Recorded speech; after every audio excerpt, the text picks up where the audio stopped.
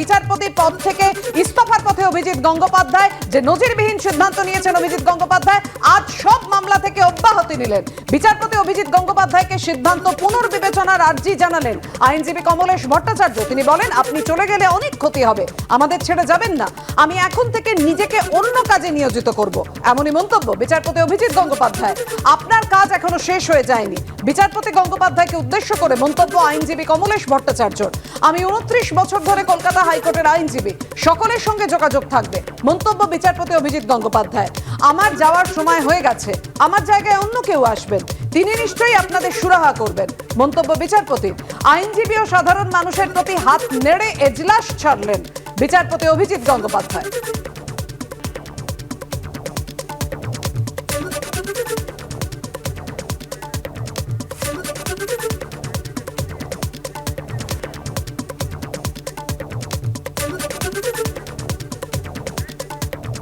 বিচারপতি পদে ইস্তফা দেওয়া নিয়ে গতকাল এবিপি আনন্দর মুখোমুখি হয়ে কি বলেছিলেন বিচারপতি অভিজিৎ গঙ্গোপাধ্যায়, দেখুন।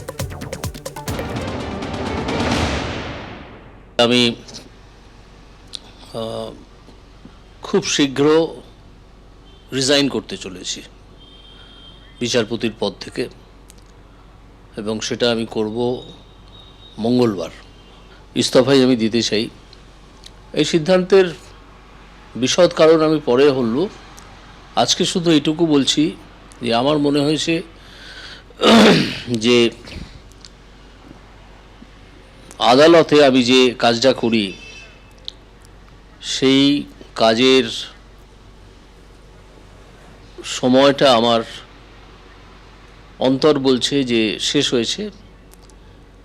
এখন হয়তো আমাকে বৃহত্তর ক্ষেত্রে যেতে হবে মানুষের মধ্যে, কারণ আদালতে শুধু তারাই আসেন যারা মামলা করতে চান, তার বাইরে পড়ে থাকেন বহু অসহায় মানুষ। তো আমি একটা বৃহত্তর ক্ষেত্রে পদার্পণ করতে চাই। সে সম্বন্ধে আমি বিশদ পরে বলবো, আজকে আর কিছু বলছি না।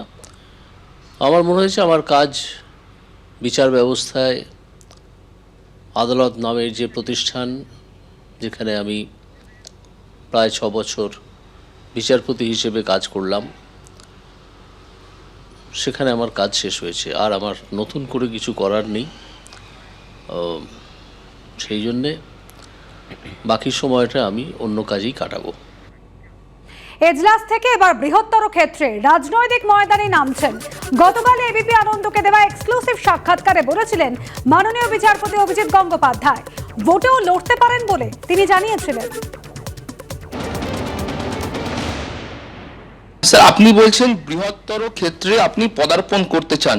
এই বৃহত্তর ক্ষেত্র বলতে আমরা কি বুঝবো? কোনো রাজনৈতিক দলে যোগদান করতে চান? রাজনৈতিক ময়দানেই আমি যাব, কিন্তু কোন রাজনৈতিক দলের হয়ে আমি শুরু করব সেটা আমি আজকেই বলছি না। ভোটে দাঁড়াচ্ছেন স্যার? না, সেটা আমার হাতে নয়। ভোটে দাঁড়ানো বা না দাঁড়ানো সেটা আমি যদি আদৌ কোনো রাজনৈতিক দলে যোগ দিই, বৃহত্তর ময়দানে তো নামবই। রাজনৈতিক দলে না গিয়ে বা না গেলে আমার মনে হয়েছে যে আদালতের ক্ষেত্রের বাইরে যে বহু সাধারণ মানুষ আছে তাদের কাছে পৌঁছানো যাচ্ছে না। রাজনীতি মানে তো একটা ক্ষমতা দখলের লড়াই, সেই লড়াইয়ে একটা গণতান্ত্রিক পদ্ধতি হচ্ছে নির্বাচন। সেই নির্বাচনে আমি যেতেও পারি অর্থাৎ আমি নাও যেতে পারি,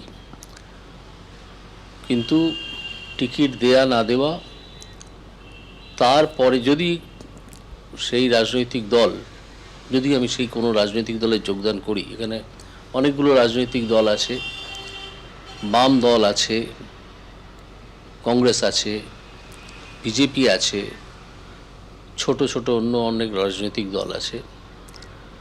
তারা যদি মনে করেন যে আমাকে টিকিট দেবেন, তখন আমি ভেবে দেখব যে সেই প্রার্থী পদ আমি নেব কি নেব না।